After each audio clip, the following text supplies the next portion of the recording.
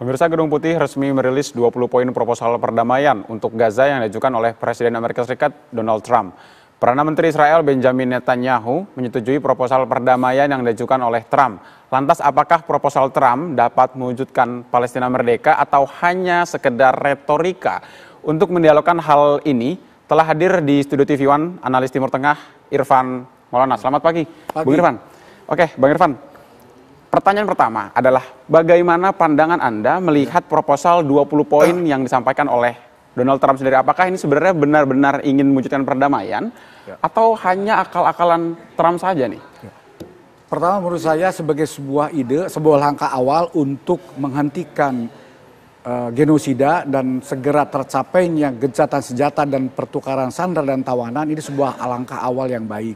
Ini juga respon Trump menyikapi kemarahan negara-negara Arab ya pasca serangan Israel ke Doha kemarin, yang menurut hemat saya ini negara Arab benar-benar marah tuh. Ketika sampai, bayangkan Mesir, negara pertama negara Arab yang punya hubungan diplomatik dengan Israel, sampai mengusulkan adanya NATO-nya negara-negara Arab dan Islam untuk menghadapi Israel sebagai enemy gitu ya. Kemudian juga munculnya fakta pertahanan Pakistan dan Saudi Arabia. Yang selama ini kan Saudi Arabia menggantungkan jaminan keamanannya kepada Amerika ya. Tiba-tiba dia membuat fakta militer dengan Pakistan, satu-satunya negara muslim yang punya hulu ledak nuklir. Yang mana wilayah Saudi Arabia menjadi masuk dalam payung pertahanan nuklirnya Pakistan. Dan nuklir Pakistan itu bisa menjangkau seluruh wilayah Timur Tengah termasuk Israel. Jadi, dan ketiga juga respon Trump terhadap dukungan global terhadap two-state solution yang tidak bisa dihentikan. Yang pada sidang umum ke-80 PBB kemarin sudah 157 negara mewakili Palestina merdeka. Dan Trump juga melihat bagaimana Israel benar-benar dikucilkan oleh dunia internasional. Ketika Netanyahu pidato, kira-kira 77 perwakilan negara-negara anggota PBB walk out meninggalkan Netanyahu. Itu sebuah langkah awal. Hanya saja memang ide ini dalam beberapa segi kontroversial. Pertama soal keberadaan GITA ya. Gaza International Transitional Authority yang menurut usulan ini terdiri dari 7 sampai 8 anggota yang diisukan konon akan dipimpin oleh seorang bernama Tony Blair, mantan Perdana Menteri Inggris yang punya catatan reputasi kurang bagus di Timur Tengah karena dia dulu termasuk salah satu arsitek perang Irak dengan alasan sesat tentang kepemilikan senjata pemusnah massal. Yang mana akibat perang itu krisis di Timur Tengah sampai sekarang masih ada sisanya, terutama di Irak dan sekitar kawasan itu, konflik sektarian, keruntuhan ekonomi, instabilitas dan lain-lain. Itu akibat perang Irak yang salah satu arsiteknya adalah Tony Blair. Di situ juga ada Jared Kushner, menantu Trump, menantu Yahudi Trump, dia arsitek Abraham Accord yang di mata bangsa Palestina, bahkan Mahmud Abbas sendiri pernah menyebut Abraham Accord itu sebagai tikaman di punggung bangsa Palestina. Karena dalam Abraham Accord itu 4 negara Arab menormalisasi hubungan dengan Israel tanpa ada pembicaraan apapun soal status bangsa atau negara Palestina. Di situ juga ada Steve Witkoff, utusan Trump untuk Timur Tengah, seorang Yahudi pengusaha properti yang dicurigai berada di balik konsep Gaza sebagai Riviera of Middle East, semacam proyek neokolonialisme baru Barat lah atau Amerika yang akan menjadikan Gaza sebagai koloni kan gitu. Jadi itu menjadi kontroversi dan saat ini kan Hamas belum menunjukkan pernyataan resmi. Qatar sendiri menilai ada beberapa poin yang harus dipelajari.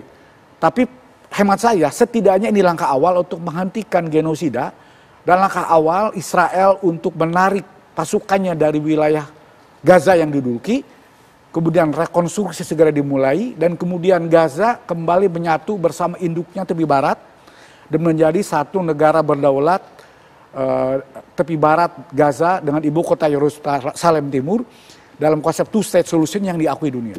Oke, Kak Irfan, Anda menyampaikan ada beberapa catatan khusus mulai dari langkah awal, ini langkah awal sampai tadi ada beberapa catatan khusus soal bentuk keterlibatan ataupun juga proposal Amerika Serikat ini. Nah, jika kita berbicara soal langkah awal perdamaian di Gaza, di Palestina, apakah kemudian proposal 20 poin ini yang mengandung ada beberapa banyak intervensi segala macam bentuknya, apakah kemudian dapat menjadi jaminan dalam perdamaian di Gaza? Seperti apa Anda melihatnya? Saya melihat saat ini memang tidak ada pilihan lain saat ini. Memang kenyataannya Trump yang punya usulan. Sebetulnya sebelumnya sudah ada proposal Mesir yang di-endorse oleh negara-negara Arab. Yang sebenarnya ada kemiripan dengan proposal Trump, terutama poin soal pemerintahan transisi yang nanti dikelola oleh teknokratis Palestina yang non-partisan. Nah, dalam usulan 20 poin Trump ini kelihatannya ide-ide juga diakomodasi. Hanya saja memang selama proses menuju pemerintahan transisi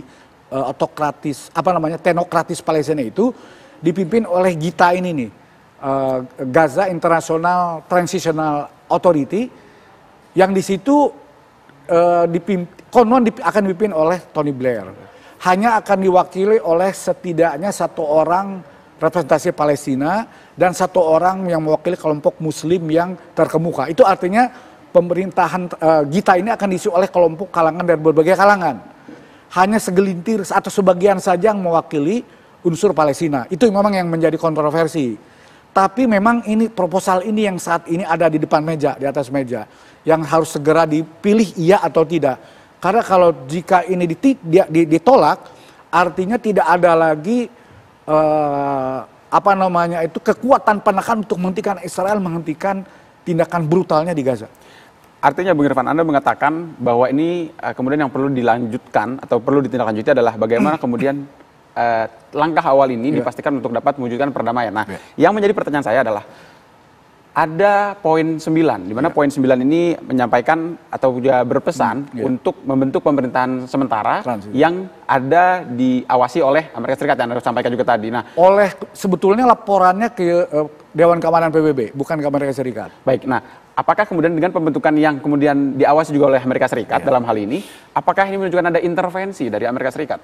Usulan ini menunjukkan intervensi. 20 poin ini menunjukkan intervensi Amerika. Kan saya katakan tadi, Trump menunjukkan ini setelah tekanan sedemikian rupa, setelah kemarahan negara-negara Arab pasca serangan Israel ke Doha, dan dukungan global yang tidak bisa dihentikan terhadap two-state solution yang sudah 157 negara.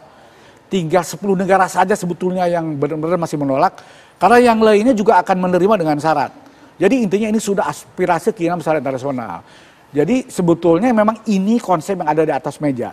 Sekiranya seandainya ini dipatuhi kedua belah pihak baik oleh Hamas maupun Israel, saya sih melihat ini adalah permulaan yang baik untuk menuju two-state solution, untuk menuju setidaknya tercapainya gencatan senjata, pertukaran tawanan sandera, rekonstruksi Gaza, dan penyatuan Gaza dengan tepi barat dan Yerusalem Timur sebagai satu kesatuan negara berdaulat merdeka, Palestina merdeka itu. Gencatan senjata dan pertukaran sandera yang disampaikan tadi adalah apa yang kemudian sudah diproposkan selang beberapa tahun terakhir. Nah, kira-kira apa yang dapat kita terima jaminannya bahwa Israel tidak akan kembali melanggar gencatan senjata ataupun juga pertukaran sandera yang dilakukan seperti kemarin? Itu pertanyaan sulit, karena selama yang berkuasa di Israel masih kelompok sayap kanan militan Zionis, yang cita-cita ideologi mereka itu adalah Israel Raya, mencaplok seluruh wilayah Palestina menjadi negara Israel. Bahkan bukan hanya Palestina, bulan September tahun lalu 2024 di Jerusalem Post, ada artikel yang memuat ide Israel Raya mencakup Suriah, Libanon, bahkan sebagian Irak, Turki, dan Yordania. Sampai artikel itu ditarik lagi. Sebetulnya itu menunjukkan bahwa hakikat asli dari kelompok militan itu adalah bukan sekedar Israel mencaplok Palestina, tapi wilayah lebih luas dari itu yang istilah mereka itu dari sungai Mesir sampai Efrat. Jadi meliputi wilayah luas dari sungai Nil sampai sungai Efrat di Irak, dari Mesir sampai Irak. Itu cita-cita kelompok militan yang saat ini berkuasa di Israel. Nah, selama kelompok ini masih berkuasa, memang nggak ada jaminan. Jadi kita harapkan juga tekanan dari dalam negeri Israel sendiri untuk segera terjadi perubahan dramatik, pergantian pemerintahan sayap kanan ini, dan kelompok oposisi saat ini di Israel yang menerima visi two-state solution. Jadi peluang itu tetap ada. Dan kita harapkan juga tekanan dari dalam negeri Israel, dan perkembangan terakhir cukup menggembirakan. Dukungan besar two-state solution di PBB ini ternyata juga mempengaruhi opini publik di Israel sendiri. Jadi publik opini di Israel mayoritas sudah melihat bahwa Israel sudah dalam posisi menjadi sudah mengkhawatirkan masa depan Israel sendiri. Dan ini akan mendorong pemerintah Israel untuk realistis menerima aspirasi dunia, menerima two-state solution, menarik penduduk, menghentikan genosida di Gaza, menarik pendudukan tentara Israel dari Gaza, dan menarik tentara pendudukan Israel dari lebih barat dan Yerusalem Timur. Baik, Bung Irfan, tadi ada pesan kuat bahwa kemudian tindak lanjut dari proposal tersebut perlu diawasi. Terima kasih atas waktunya dan semoga sampai jumpa kembali di meja diskusi TV pada pagi hari ini.